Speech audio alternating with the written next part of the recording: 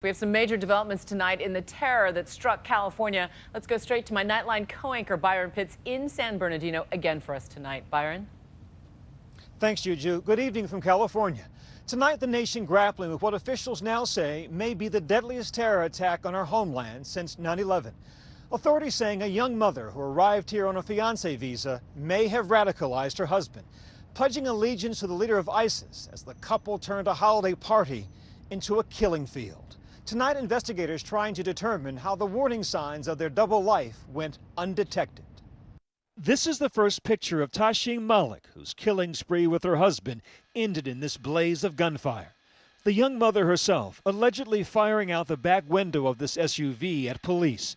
And today, authorities say they are investigating the shootout in San Bernardino as an act of terror. This is now a federal terrorism investigation led by the FBI.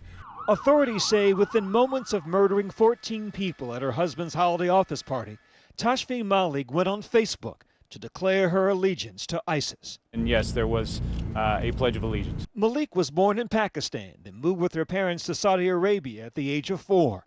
She returned to Pakistan to attend college. Her marriage to Syed Farook last year came after she met him on a matrimonial website and had an engagement party in Mecca, Saudi Arabia, while they were on Hajj.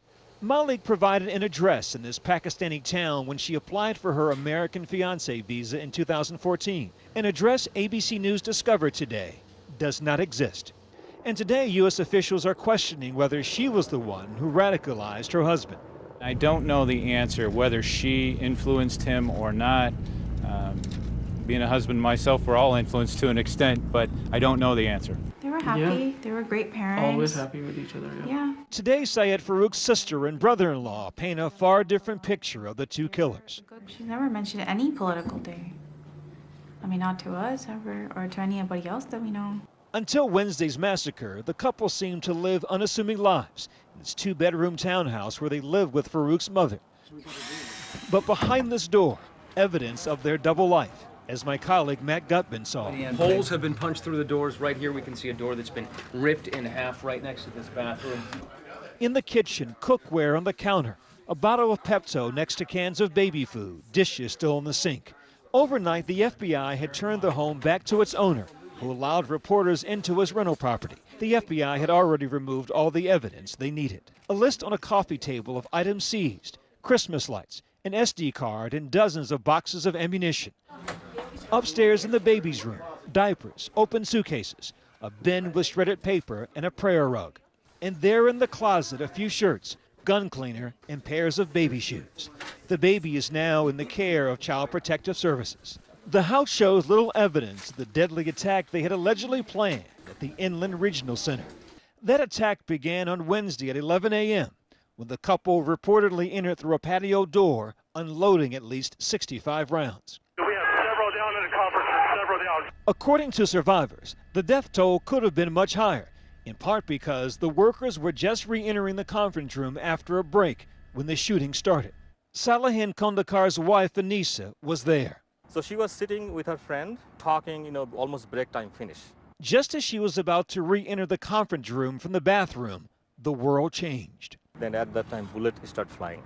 She was shot 4 times. So 2 bullets hit straight above her head to the wall.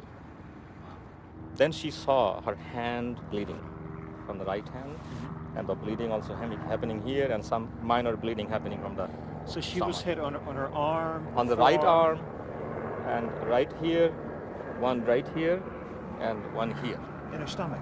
The killing focused just where she had been sitting moments before. People screaming and pop sound like, multiple gunshots. And if she, let's say 30 seconds prior, if she finished restroom, she could have been gone there, sitting there and got killed. Because all the people she was sitting with, they are killed. All dead. All dead.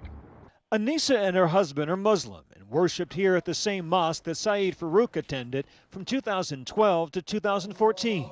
Today, disbelief mixed with prayer. I know. Do you recall him at all? I know him very well. Very well. Mustafa Kuko is director of the mosque. He told us Farook came faithfully, twice daily, sought his counsel about his future bride. But he was not looking for, say, beauty or money or fame or name or whatever. He's looking for a religious woman. He's someone who has a religious commitment, yeah. A Muslim woman of strong A faith. Muslim, exactly. So strong, she kept her face covered, even among family members who say they never saw her face. The men did not interact with her, and the brothers did not actually ever see her face. They've never seen her face because she did wear a burqa. So they just knew her.